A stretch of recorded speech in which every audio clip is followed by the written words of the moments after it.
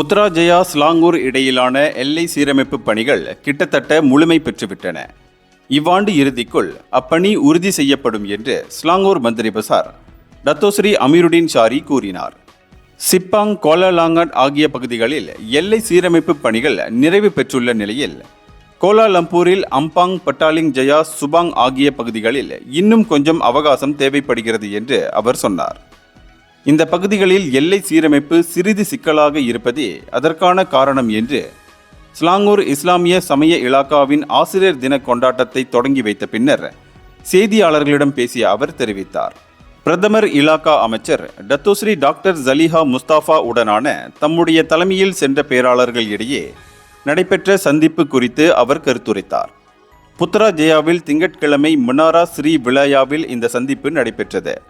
இன்னும் அதிகமான ஒருங்கிணைக்கப்பட்ட எல்லை அமலாக்கத்தை மேற்கொள்வதை உறுதி செய்வதற்கு புத்ராஜயா ஸ்லாங்கூர் உட்பட கோலாலம்பூர் ஸ்லாங்கூர் இடையிலான எல்லை சீரமைப்பு குறித்து டாக்டர் ஜலீஹா இந்த கூட்டத்தில் விவாதித்தார் என்று சொல்லப்படுகிறது.